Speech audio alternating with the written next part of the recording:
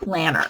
So I did do a bunch of videos, process videos of how I decorated my monthlies.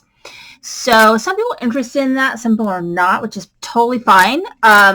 But I decided to do a walkthrough instead for those people who just kind of want to see the end result. And so it's walk through the entire planner of how I'm basically going to be doing my work for next year. So if you're like an educator like me, the way that I have it set up might make a little bit more sense. I mean, I don't teach classes per se, but but I do an academic year. So let's go into what supplies I've used. I used a bunch of stamp sets and things like that that are mentioned in my process videos. I'm just going to kind of mention some basic stencils and things that I used for, decorating that I might not have mentioned in those process videos. The first is, this is Archer and Olive, and this is a pretty large, pretty good size. I was going to bring my composition book, but I will just link to that video because I do have a video on my channel of the planner that I used last year that I had made using a composition book. This year I moved into the Archer and Olive, which I'm really, really happy about. So this measures, let's see here, one of these. So this is 10.5 by 6 3/4. So it's pretty good size. It's a little bit smaller than a composition book. I think it's relatively around the same size. I also used this one, which is Traveler's Journal Bullets from Paper Tray Ink. But, there's so many stamp sets that have days of the week. This just happened to work for me. I grabbed it, but I have other stamps that do that as well. I use this journal calendar stamp from Jaded Blossom.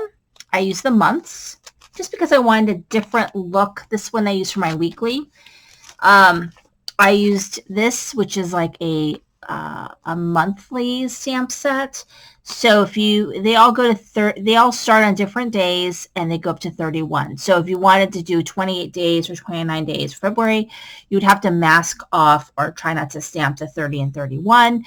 Same thing if there's 30 days in a month. And so I'll show you how I use that. I use these large month stamps for my monthlies, and you'll see those. And then I did not use this.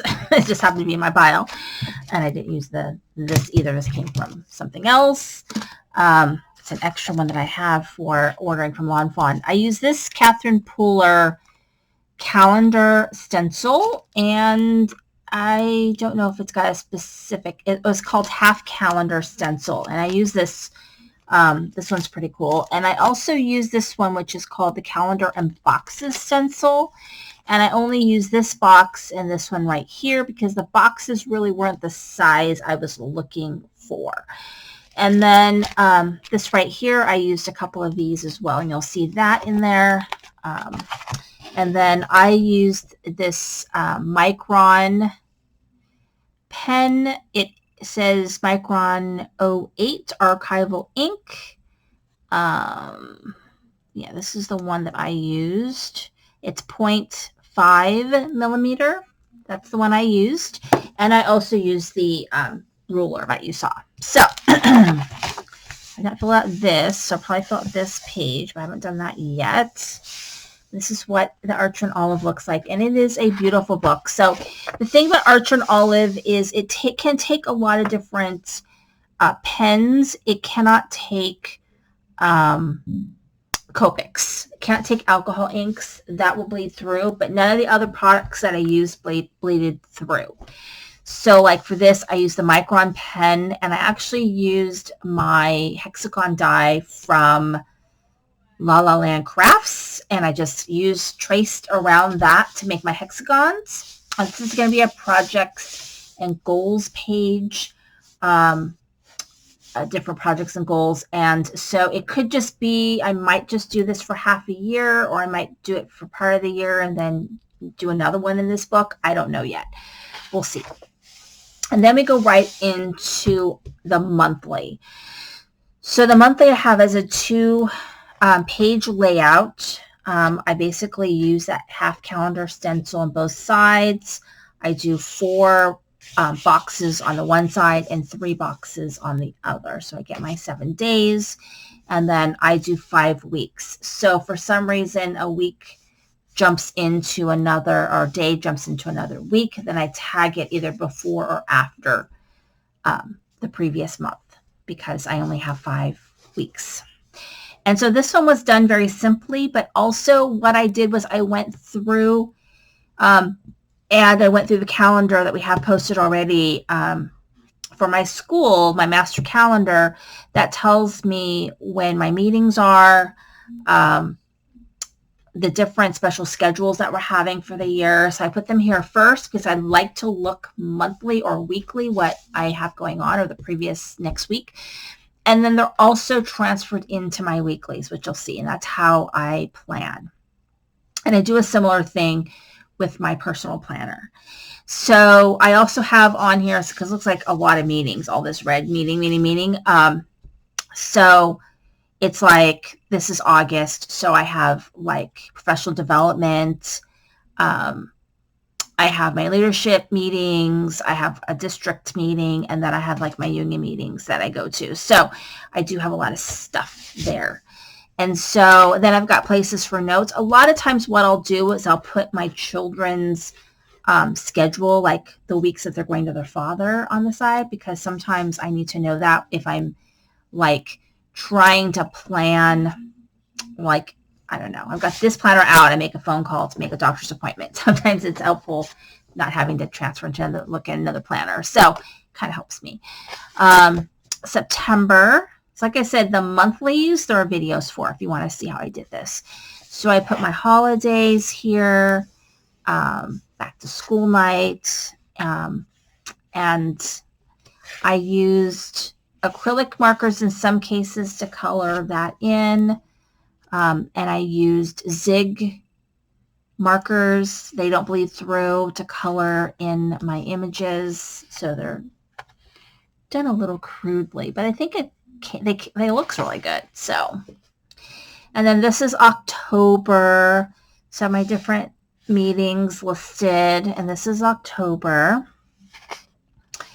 And November. So my Thanksgiving break listed here. The holiday for Veterans Day. Not a lot of meetings, a few meetings here and there. So that's there. And then here is December. So December has all my finals week and winter break. My winter break's when it starts. And then here's January. And I used a lot of Not Too Shabby Shop stamps and products. I do some stencils from Not Too Shabby Shop, but some are from my stash. So I've got all my meetings and all of that. So this stamp set, I want to say, is Sassy Club Stamps, that has this cool meeting. I like it's supposed to be summer break, but I just stamped the break and just wrote in winter on top of it because it's winter break still. And then here's February, and I've got my holidays. And then I'll just add to this. If I want to stamp a new meeting or something, I might use a Post-it note. And then when I go back home, I can stamp meeting if I want it to be more consistent. Sometimes I do. I want it to be consistent. Here's March. I showed this to Lily, my daughter, and her favorite month was March. She liked how March was decorated the best out of all of them. So that was her preference. I think she just liked March. She liked the bees. So here is this one. Same thing. It was supposed to be summer break, and I just did break and wrote in spring. And then here's April. And then here's May, which is the end of my academic year. And then I go into my weekly. So I have a little mistake here. Like I was trying out some different layouts, and so I ended up finding one that I liked. It wasn't this one. So this was just a small layout to kind of try it out. And I only needed 3 days because I start in July. So I have 3 days in July that I have to work. And then we go into August. And so I think this is the layout that I ended up keeping.